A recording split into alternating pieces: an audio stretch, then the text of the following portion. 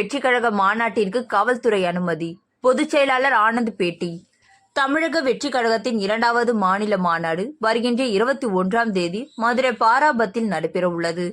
மாநாடு தொடர்பாக காவல்துறையிடம் அனுமதி கேட்டபோது காவல்துறை சார்பில் 42 கேள்விகள் கேட்டு அதற்கான விளக்கம் கேட்கப்பட்டது. அதைத் தொடர்ந்து காவல்துறை 42 கேள்விகளுக்கும் தமிழக வெற்றி கழகத்தின் சார்பில் விளக்கம் கொடுக்கப்பட்டது. இந்நிலையில் மாநாட்டு பணிகள் விறுவிறுப்பாக நடைபெற்று வருவதாக தகவல் தெரிவிக்கப்பட்டுள்ளது. இந்நிலையில் காவல்துறையிடம் விளக்கம் கொடுத்து ஒரு வார காலம் ஆகியும் காவல்துறை தற்போது வரை அனுமதி கொடுக்காததால் அக்கட்சியின் பொதுச் செயலாளர் ஆனந்த் இன்று திருமங்கலம் ஏஎஸ்பி அன்சுல் நாகரை சந்தித்தார்.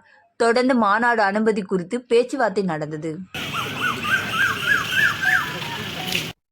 21ஆம் தேதி காவல்துறை அனுமதி வழங்கியிருக்கிறார்கள்.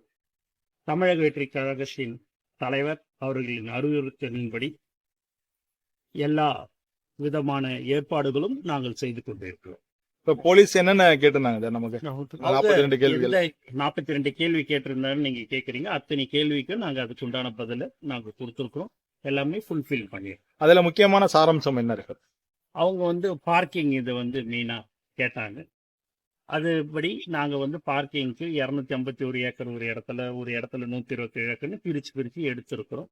அந்த இடத்துல பஸ் வசதி, காரு எல்லாமே விடுறதுக்கு உண்டான ஏற்பாடுகள் செய்யப்படுகிறது. அது அவங்க இன்னொரு 2-3 நாள் கழிச்சு சொல்லுவாங்க.